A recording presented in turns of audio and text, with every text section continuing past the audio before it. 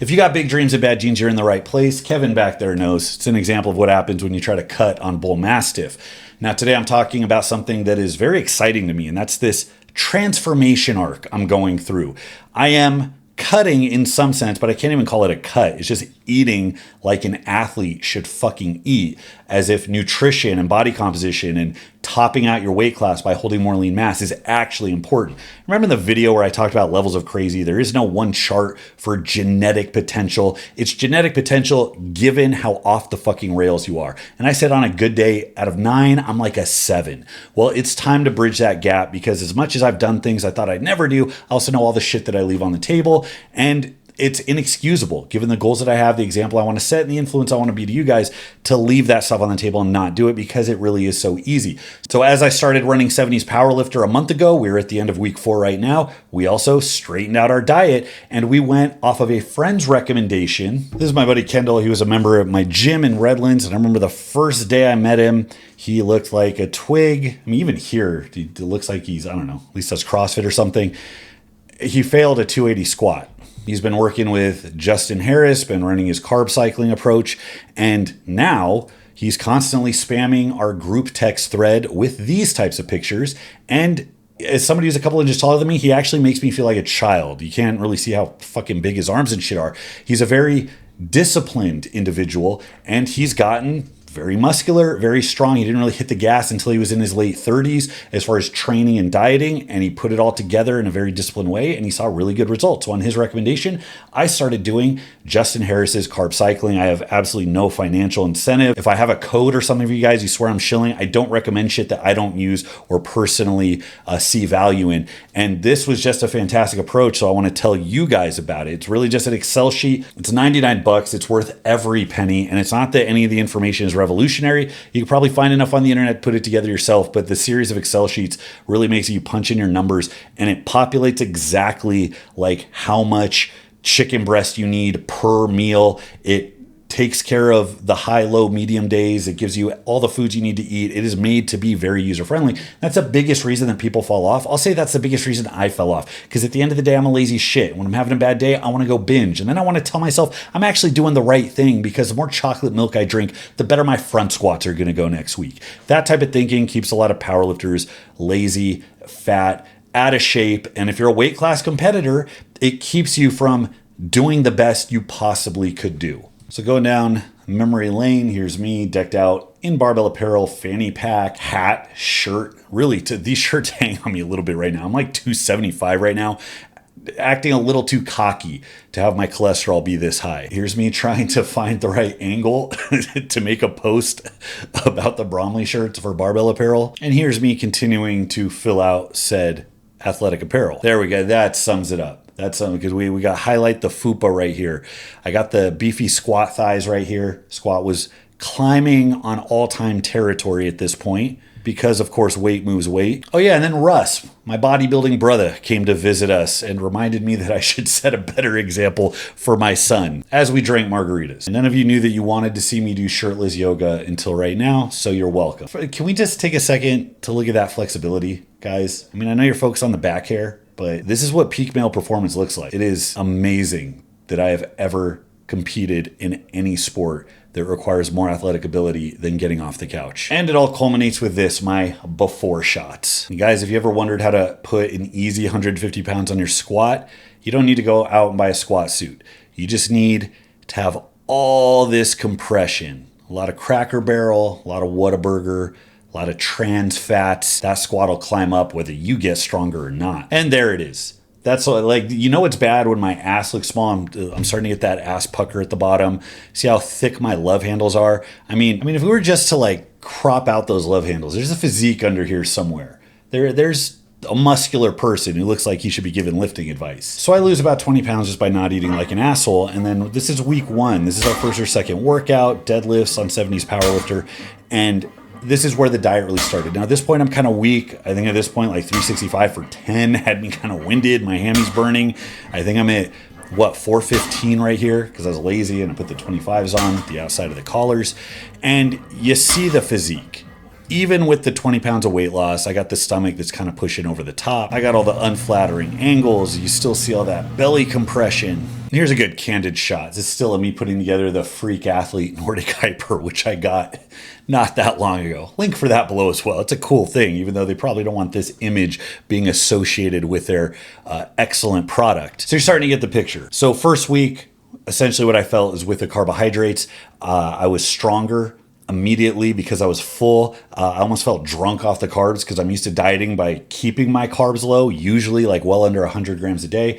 And this had me with a pretty moderate carb approach, doing 60 grams before and after the workout with a 20 gram carbohydrate intra workout on my regular workout days. And then a big day where we go ham. And it's like no fat, protein actually drops. It's like 700 or 800 grams of carbs. And it's nuts. So initially I was fuller. I woke up looking like I did a bunch of push-ups, shoulders, neck, arms, started and finished the day just so much fuller. And that was kind of cool, but also my weight started to spike back up and that made me nervous. There's a point where you're like, okay, glycogen retention, water weight, I'm fuller, so on, but I'm not gonna be gaining 5 or 10 pounds of muscle in line with the 5 or 10 pounds of fat that I should be losing over the course of, say, a month. So I was starting to get a little bit worried. So this is where I start to say, fuck it, I'm on this thing no matter what. I'm going to the wheels fall off. People are gonna see me either way. I gotta commit. So I started to do some shirtless workouts. Like, you know what, guys, I'm in it. I'm committed. I'm not hiding anymore. This is me, for better or worse. And this is my motivation to actually commit, because in a month, I don't want people to say, hey, Bromley, you still look like a fat shit. I want them to say, oh my God, what an inspiration.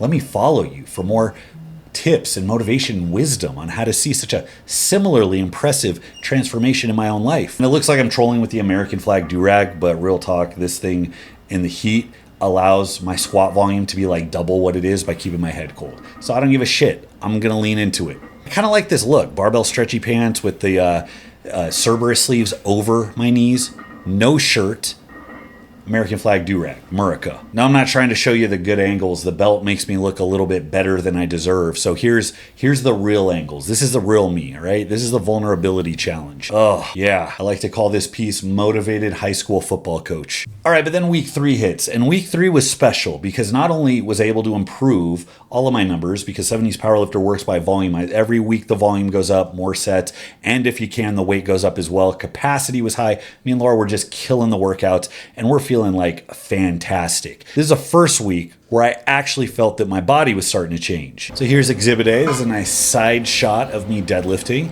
And even though I'm belted up, even though I just had, this is my big carb day, I just had 120 grams of carbs before this workout, and I'm pushing my gut out to try to stay tight so I don't shit myself or injure my spine on these godlike RDLs. You see that the bloat above the belt is not that substantive. I'm not getting that porridge that's kind of spilling over the top when I really engage the midsection. And seeing this was one of the first bits of excitement that I felt. Not only were my numbers going up and I was feeling more full, but it wasn't accompanied by the disgusting bloat that I'm used to feeling when my numbers are up, because it's usually, it goes along with a lot of excess calories, a lot of flour and I don't know, the glutens, the bad shit that makes me feel gross and lethargic and that makes my gut swell. So what do you do when you're feeling yourself? You strip the shirt off and you go for some vanity shots, and you do it with this kind of like Shawshank lighting that honestly, it can make anybody look jacked. And in addition to that, the pumps that I was getting from the direct arm work that I was doing was insane. Again, because carbs were never part of the equation. And my protein, like I spent so long with like 120, 150 grams of protein, if I'm being honest, because I would just kind of eat whatever was around. And I really think that hamstrung me in the last 4 weeks, not only just doing the ridiculously high volume and progressing that and feeling healthy enough to actually excel week to week and hit my numbers, but eating the actual correct amount, 200, 250 grams of protein with carbs fueling me. I can't emphasize like how I started to feel everything change in a way that it hadn't before. I'm gonna get a lot of comments about, you know, gear and shit. I mean, look, it got like my gross like Paul Dillette like collapsed vein, like these little squiggly nightcrawler veins. I know I look jacked. This is a good angle, guys. The garage lighting, full of carbs. I just did a bunch of the isokinetic bullshit for my rope press downs. Like I'm full of blood right now. This is a good angle. You get some spray contouring. give the illusion of some abdominals, maybe some light lipo, and I think I'm going to be made in the shade. But people are going to jump to, well, you're on gear, blah, blah, blah. You up the dose and your body composition changes. My regimen has not changed in the last 6 months. I've been very open about my use. A year and a half or so I was off. Low dose amounts of test, TRT as some people call it. It's not. Low doses of recreational testosterone use until I see a sufficiently big enough contest where I can start mapping out a plan and then doing something that's more appropriate for that. I didn't just start super dosing trend and I'm like, hey guys, look, my arms are a bit bigger and my waist is a bit smaller. This isn't like a bunch of bronchate or ephedrine. The important thing here is the control. It's what's the same and what's changed. And this entire comeback, everything I'm doing is in the context of the same hormonal environment. So you can question how much that gives one way or another. I'm not here to say that it doesn't do anything. The important thing is that you can get really fat and weak and out of shape on low dose test, and you can also get really jacked. And you can do the same thing natty. I prepared for regionals a couple years ago. I dieted down successfully, probably to the mid-teens. I was walking around the low 240s. It was very light for me, and I did pretty well. Took second at regionals, won the stones, won the tire flip, did okay in some of the other events. However, my diet fucking sucked, because what I did back then is what I always do. I just strip my calories down to like 1,800, start running a couple miles, and then I just take the hit in my training because I don't know another way to consistently, deliberately get the weight off. So having this template make it easy for me, this was just, it was when I needed it. Having the kid, being stressed out with other things, trying to stage this comeback while being spread thin with the channel and all the other responsibilities. It was just the bit of convenience I needed that helped me bridge that gap. It took things that you generally know to be true that are easy to find anywhere else. I just put it in a really tight, confined way for you to execute. So now it's to the point where me and Laura are talking and we're like, even when we're not competing, we're still going to eat like this because we haven't had a fight in what to eat in over a month. Now, I want you to think about that. If you're married, think about the value of that. Not having a fight over what the fuck you're going to eat. That was worth 10 of these templates. This template was $99. I paid $99 a day not to have that fucking fight. It's super easy. We're not getting tired of this stuff. There's actually a lot of really good low calorie or like no sugar, no fat condiments, seasoning, salts. It's just super nice to have the same thing, to be able to eat it. It's not so much that you're full, but you're eating frequently enough that you're not getting hungry either. And it's just nice to see everything come together. It really does work as well as people say it does. The big obstacle to me, and I know to all the people I've worked with, has always been that barrier of convenience that keeps you from staying on the straight and narrow. Because the second life falls apart, you get anxious, you get frustrated, you run out of egg whites. It's like, fuck it, I'm getting DoorDash. And that's not how we have to handle this.